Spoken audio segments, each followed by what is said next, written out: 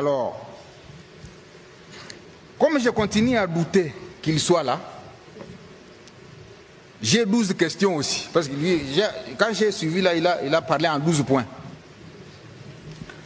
Laissez-moi voir si je peux trouver un exercice de parler aussi en 12 questions. Monsieur le porte-parole. Première question. Est-ce le fils de son père,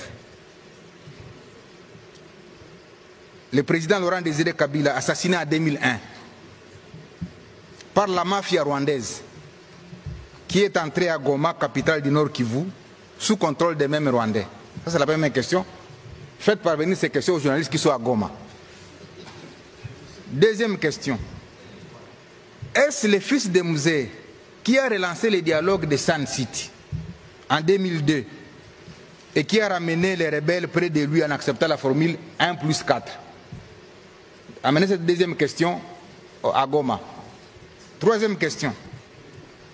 Est-ce le fils de Laurent Désiré Kabila qui a affronté et vaincu l'insurrection de Gilles Moutebousi et de Laurent Kunda en 2004 à Bukavu?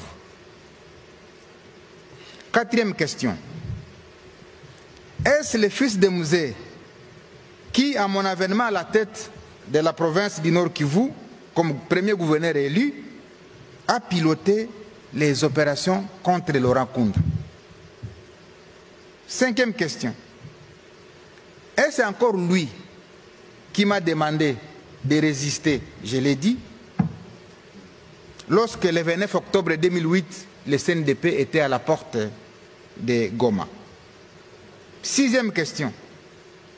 Est-ce le fils de Musée qui, en janvier 2009, a demandé l'arrestation de Laurent Kunda par l'armée rwandaise et accepté l'arrivée de cette même armée au Nord Kivu à travers l'opération Umojawetu, je l'ai dit, du 25 janvier au 25 février 2009, et consécutivement, est-ce le fils de Musée qui avait demandé au président de l'Assemblée nationale de l'époque de démissionner parce qu'il n'était pas informé de l'entrée des troupes rwandaises?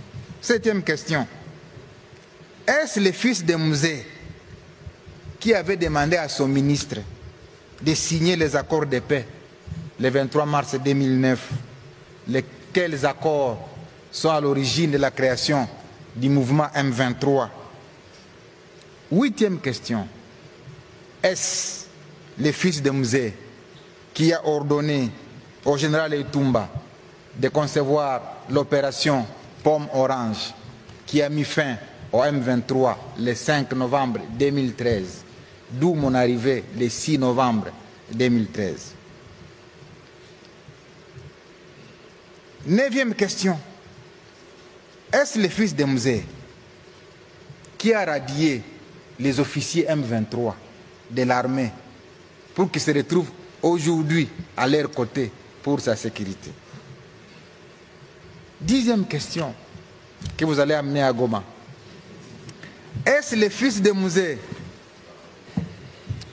qui, voulant rester au pouvoir, a inventé le terme glissement, mais finalement a accepté de céder le pouvoir en 2019, ouvrant ainsi le pays à ce qu'on a appelé la passation civilisée, la première alternance? Est-ce que vraiment c'est celui-là qui se retrouve à Goma? 11e et avant-dernière, parce que je vais parler en 12 points aussi, 12 questions.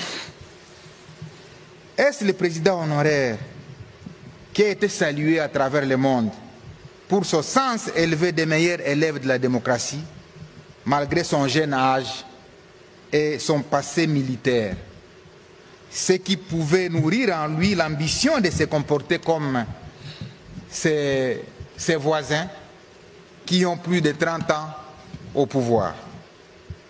Et 12, enfin, est-ce que c'est cet homme, jadis considéré comme grand esprit, qui se trouve réellement aux côtés de ces bourreaux d'hier,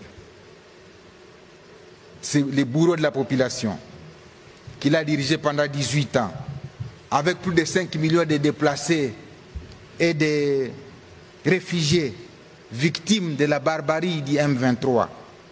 Est-ce encore lui qui a pleuré le colonel Mamadou? Est-ce encore lui qui a pleuré le général Baouma? Non. Et c'est encore lui qui se souvient qu'il y a eu 10 000 morts à Goma, qu'il y a eu 5 000 morts à Bukavu. Et c'est encore lui. Voilà les 12 questions que j'ai voulu ramener à Goma pour voir si